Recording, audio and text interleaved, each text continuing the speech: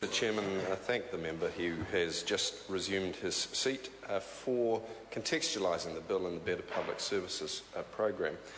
The Better Public Services Advisory Group has indeed been one of those which has fed into the early design of this bill, seeking to establish a framework to support and encourage innovative, flexible delivery of public services. Unfortunately for the government, the Better Public Services targets look like they are not going to be met in at least 5 out of the 10 key priority areas. And so nervous was the Minister of Finance on that subject when he recently testified before the Finance and Expenditure Committee that he would not confirm how many targets were on track and how many were off track. And we look forward with great interest to the release, we hope, this very month of the government's interim report on the achievement or otherwise of its Better Public Services goals. Mr. Speaker, strengthening the role of the State Services Commissioner is one of the core parts of the amendments to the State Sector Act that are contained in Part 1 of this bill. And we share the government's aims to come up with a set of legislative amendments here that provide a framework which will endure across party lines and across terms of government to ensure that the public sector will be flexible, will be responsive, that government agencies will work together to solve problems, that they will pool resources to create innovative approaches, but that the use of those resources will remain trackable and accountable to the people through the parliamentary process. Having a State Services Commissioner as the lead manager of the managers who can ensure that government agencies work collaboratively as a system for the first time we think is a good thing, and we commend its inclusion in the bill. And we commend broadening the Commissioner's functions to include the ability to transfer chief executives within the public service when a vacancy arises. And one can think of, and I won't dwell on it now, but a number of occasions either where underperforming chief executives might be transferred out of an agency as part of a rescue plan, or particularly able ones might be transferred in. And of course, Peter Hughes, currently the Secretary of Education, springs to mind as an incredibly able public servant who's been deployed to assist an agency which clearly is having trouble even with the basics of the pay and rations with the Nova Pay system. The bill also seeks to extend the responsibilities of chief executives to their ministers, which is a good thing, to include matters relating to the collective interests of the government, not just the individual interests of the department. And I think that that's a useful innovation. What it shows is that we are, as a system, becoming more focused on the outcomes and a little less silo-driven about how the outputs contribute to those outcomes, to use the jargon of the State Sector Act. That is about putting the horse in front of the cart, and that is sensible in anybody's book. Now, the risk, of course, is that if too much focus is taken off the output measures, because we speak only in generalities about the aims and outcomes, we risk a blurring of accountability. And it's for that reason, when the Finance and Expenditure Committee wrestled with the detail of this bill, that we were very, very concerned to maintain the trackability of expenditure and the rigour of accountability on an output class by output class, program by program basis, and where the new innovation which is included in the bill of a multi-category expenditure class is employed, that the bill now, following amendments made in the Select Committee, makes it mandatory that in the budget reporting of that expenditure and in the estimates process, it is fully trackable from the preceding years where things may have been individually accounted to how they fall into the multi-category appropriation, or MCA. And that is a very important discipline, because otherwise one could imagine in certain circumstances, if a department was trying to hide an under-expenditure or an over-expenditure, they might simply change the structure of the output classes so it was impossible to follow the money, honey.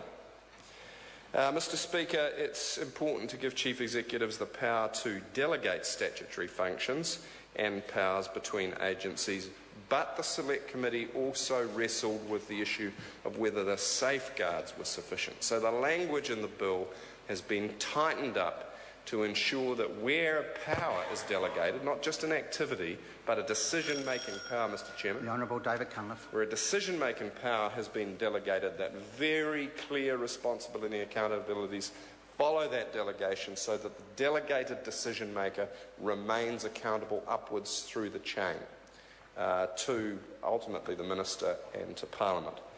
So we agree with the objective. We thought the bill as introduced was a little loose in the way those accountabilities were written. And as other speakers have said, we think that the committee worked very well together and was well served by highly capable officials to improve that accountability. Mr Speaker, Part 1 also creates a new organisational arrangement called a departmental agency. Now, this is not a Crown entity in terms of being a separate body. It's not a department. It is a separate, standalone agency which operates within the overall structure of a department. And it regularises what has been experimented on with mixed success. I think one example which has been largely successful is NZ Aid, a semi-autonomous body within the Ministry of Foreign Affairs and Trade. That has brought a renewed focus on poverty alleviation and aid-driven principles of delivery. And another is COMU, the Crown Organisations Monitoring Unit, which has existed with perhaps a little less success within the Treasury. Less success possibly because it's been one step removed from key Treasury decision-making, possibly because it's been a little subscale relative to the heft of some of its SOE and Crown entity clients. Solid Energy, as my colleague David Parker has said, being the classic example where a runaway train developed where Solid Energy was investing like there was no tomorrow at precisely the same time that the bottom was falling out of the coal market, and common industry understanding was when the market's in a down cycle you tighten your belt. Unfortunately that didn't happen, and what's worse, the monitoring agency appears to have had some lags in terms of getting on top of it. So look, the structure of the entity which is provided for in this bill isn't going to solve every problem of foresight or every problem of management. But what it does do is it provides a coherent legislative framework within which best practice can be followed. So we hope that that makes a useful and positive contribution. The Act also increases the flexibility of provisions relating to the appointments of chief executives and senior leaders. Some flexibility good, too much bad. We want to put on record that we do not want to go to the extent of a Prime Minister ringing up an old school friend and overriding the No, don't laugh, Mr Bennett. One day history will judge that as a low point for this administration. There can be no more important appointments to be politically neutral than, for example, the Commissioner of Police, the head of the SIS and the head of the GCSB. Because if those most sensitive positions are not only politically neutral and independent, but are seen to be, then public trust in the institutions of the state will be fatally eroded. And I don't think, Mr Bennett, that it's any laughing matter that a Prime Minister rejected all of the shortlisted nominees by the State Services Commission, rang up his old mate, invited him out for breakfast, briefed him on the job, got him the job, and is now, having done that, playing catch-up, as former religious studies lecturer Jim Veitch so appallingly said on the radio today, waiting for the law to catch up with practice. Well, actually, ladies and gentlemen, the rule of law is the other way round.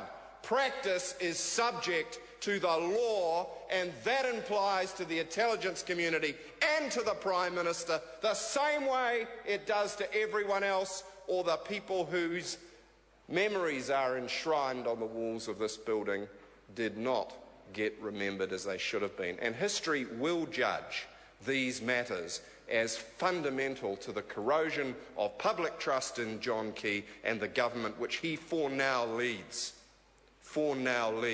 because this government is on a slippery slope to electoral defeat. A slippery slope to electoral defeat because the public of New Zealand, when they realise what is being done to their hard-won freedoms, will not tolerate it. Mr Speaker, you are right. It is time to return to the substance of the bill. There is much of this bill which is good. There is much in this bill which is better, and we will be supporting it. The Honourable David Parker. Mr Chairman, the Act which this bill amends is a 1988 Act. Yeah, who sent on that to the committee? Well, the Minister who was in charge of that bill